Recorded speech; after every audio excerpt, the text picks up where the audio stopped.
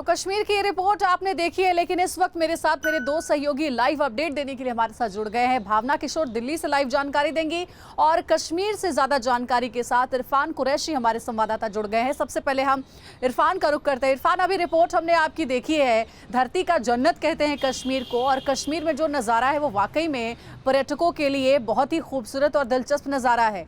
इस वक्त घाटी का क्या हाल है, अगर टेम्परेचर की बात करें और हो रही बर्फबारी की बात करें तो?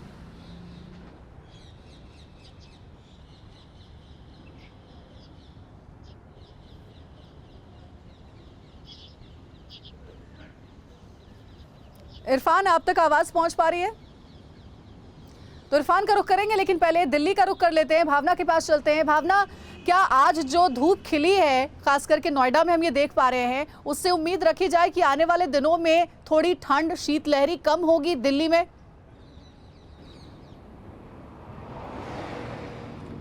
देखिए अंजलि, पिछले हफ्ते हमने देखा कि जो न्यूनतम तापमान रहा वो 3 डिग्री सेल्सियस के आसपास दर्ज किया गया।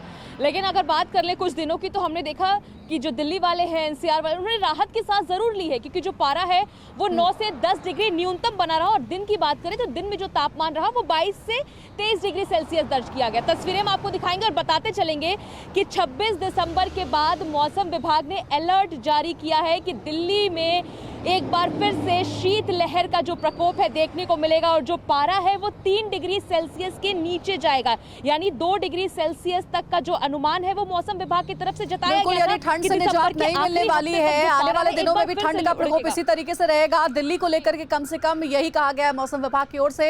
इरफान का संपर्क हमसे जुड़ गया, इरफान का रुख करते हैं। इरफान, आपकी रिपोर्ट हमने देखी है, बताया जा रहा है कि पिछले 8 महीनों से कश्मीर जो है वो पर्यटक वहां नजर नहीं आ रहे थे, लेकिन जैसे ही बर्फबारी हुई है पर्यटकों से घाटी गुलजार हो गई है। कैसा है इस वक्त वहां का नजारा?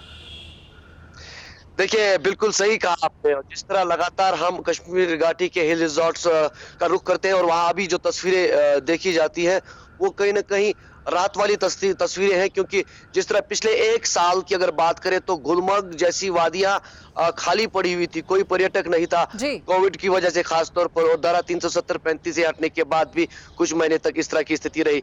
लेकिन अब गुलमर्ग, पहलगाम, सोनमर्ग, जल झील का पूरा इलाका खचाखच सैलानियों से भरा हुआ है।